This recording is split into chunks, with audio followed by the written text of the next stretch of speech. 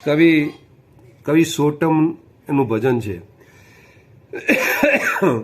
પૃથ્વી પાખંડે ખાધી, સત્યની શોધ નથી લાગી.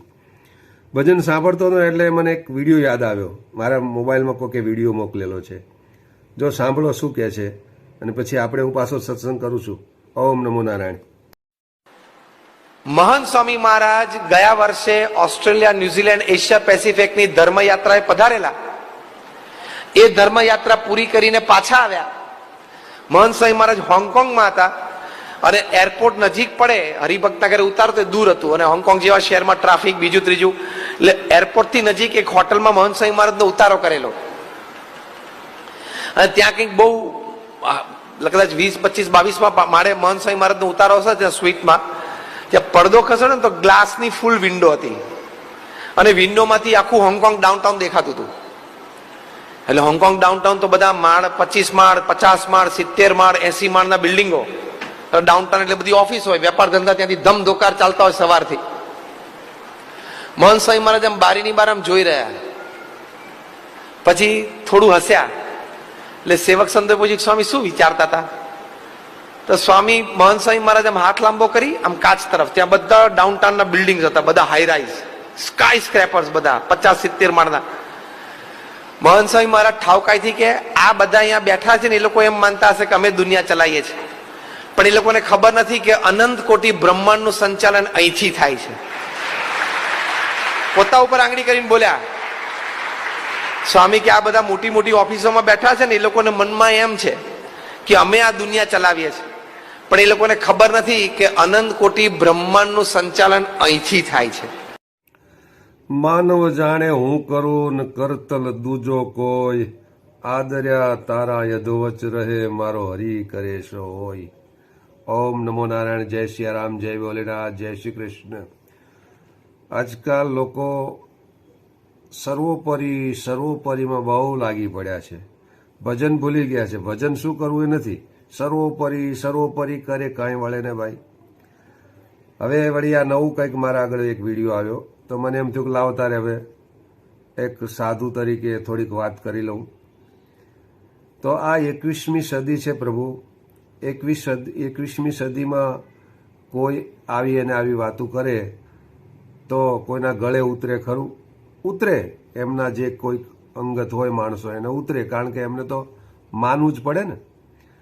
પણ એ કહે છે, આજે આગળ કેસેટ જોઈ એમાં એમ કહે છે કે આ અનંત કોટીના, એક કોટી નહીં, કોટી બ્રહ્માંડનું સંચાલન એ કરે છે અહીંથી. તો મારું સંચાલન એ કરતા હશે. એટલે મને એમ થયું તો મારું સંચાલન કરતા હોય તો મારે એમનારે વાત કરવી પડે. હવે પ્રભુ આવું કહેનારા અગાઉ કેટલા યુગોમાં કેટલા આવીને ગયા. એમાં રાવણ જેવા જે મહાબલી કહેવાય, જેના આગળ ઇન્દ્ર કે કોઈ બી ગમે તે દેવીઓ પણ એના આગળ જતા બિયાતા ટૂંકમાં, અને જ્યાં નવગ્રહને પણ એ બાંધી રાખતા, આવા મહાબલી હતા.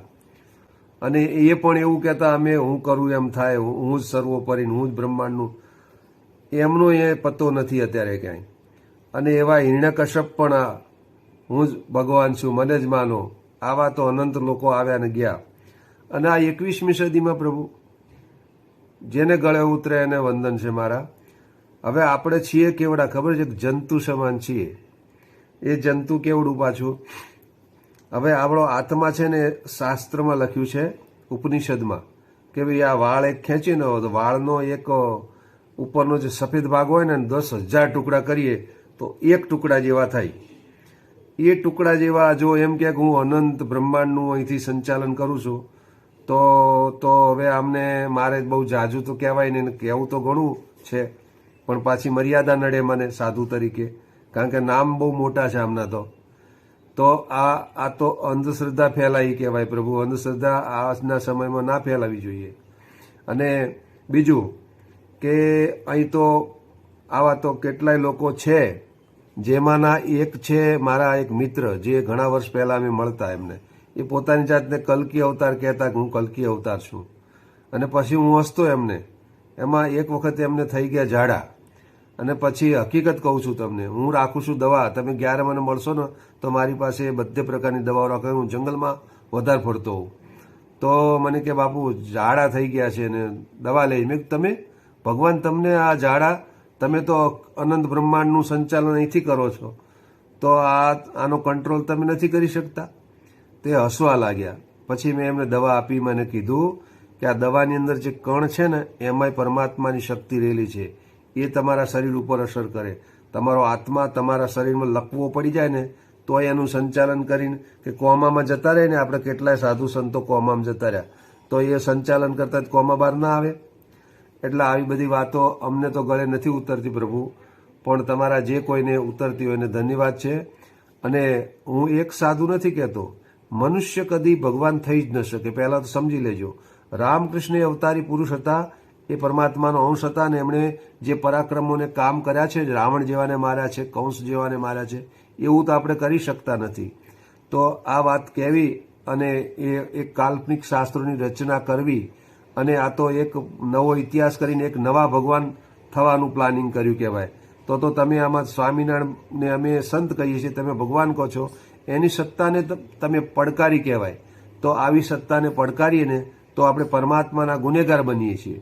તો મહેરબાની કરો, કહેવાનું તો ઘણું છે મારી પાસે, પણ વિડીયો બહુ લાંબો થાય છે. બીજો સચ્ચિદાનંદ બાપુ જો શું કહે છે સાંભળો. ઓમ નમો નારાયણ, જય સિયારામ. કે આ જે અવતારો છે એ અવતારોના પછી પણ વ્યક્તિ વિશેષને આપણે પરમાત્મા માની લીધા, અને એમાંથી આવી વ્યક્તિ પૂજા. કોઈ સંત, કોઈ ભક્ત, કોઈ જ્ઞાની પુરુષ, કોઈ ફલાણો એને સંત જગ્યાએ, ગુરુની જગ્યાએ, મહાપુરુષની જગ્યાએ માનતા એને સીધા પરમાત્મા માની લીધા. ખરેખર છે એ સંત છે, મહાપુરુષ છે, બહુ તો જ્ઞાની પુરુષ છે, પણ આપણે એને પરમાત્મા માની લીધા. એટલે અત્યારે આપણે આ ચોથા પીરિયડમાં ચાલી રહ્યા છીએ. અત્યારે આપણે પરબ્રહ્મ મૂળ તત્વને ભૂલી ગયા, અને આ લક્ષ્મીનારાયણ બ્રહ્મા ને એ બિચારા બધા જૂના થઈ ગયા. એમના મંદિરો ગામડામાં જઈને જુઓ તો જીર્ણ પડ્યા હોય, અને અવતારો છે એ હાંસિયામાં ચાલ્યા ગયા, હાંસિયામાં. તો હવે આવ્યા કોણ? વ્યક્તિઓ આવી ગઈ. હું મારા પ્રભાવે, મારા જોરે મારો એક મોટો સમુદાય થાય, અને પછી ભગવાનની જગ્યાએ બેસી જાઓ. એટલે પછી વ્યક્તિ પૂજા શરૂ થઈ. અને આ વ્યક્તિ પૂજા છે અધમા, એ અધમથી અધમ છે. તમે કેટલી વ્યક્તિઓની પૂજા કરશો, તમે કેટલી વ્યક્તિઓને ભગવાન બનાવશો? અને જિલ્લે તાલુકે ગામડે અત્યારે ભારતમાં જીવતા 950 ભગવાનો છે.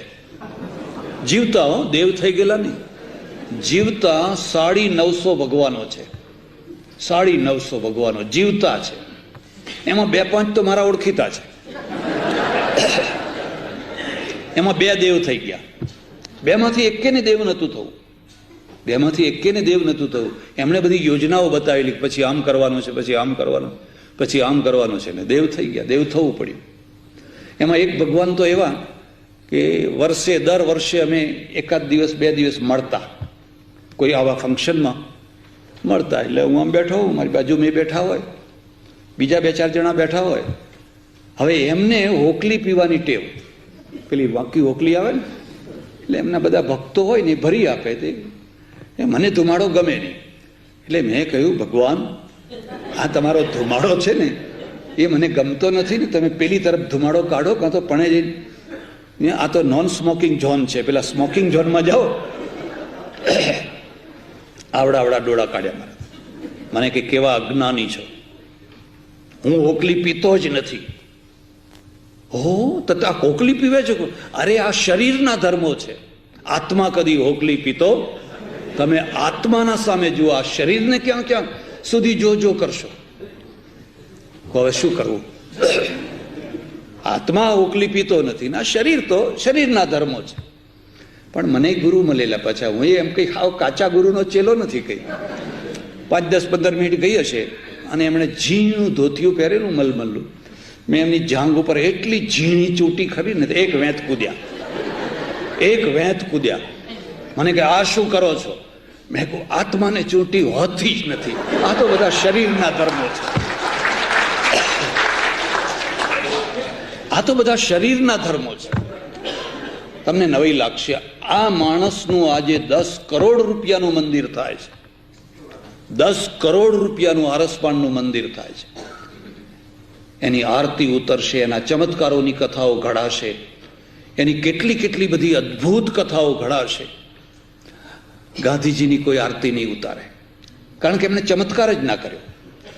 એમણે કંઈ કંકુ ના કાઢ્યું, કોઈ પ્રસાદ ના કાઢ્યો, કશું કર્યું નહીં. બહુ તો હવે આઝાદી અપાવી. હવે આઝાદી અપાવી હોત તો શું, આપણે તો અંગ્રેજ રહ્યા હોત તો વાહ વાહ. ને આ તો પ્રજાનું લેવલ કેવું છે, કેવી ઘડાઈ છે. તમે જે અપૂજ્ય છે એની પૂજા થાય છે, અને ખરેખર જેની પૂજા થવી જોઈએ એનો તિરસ્કાર થાય છે.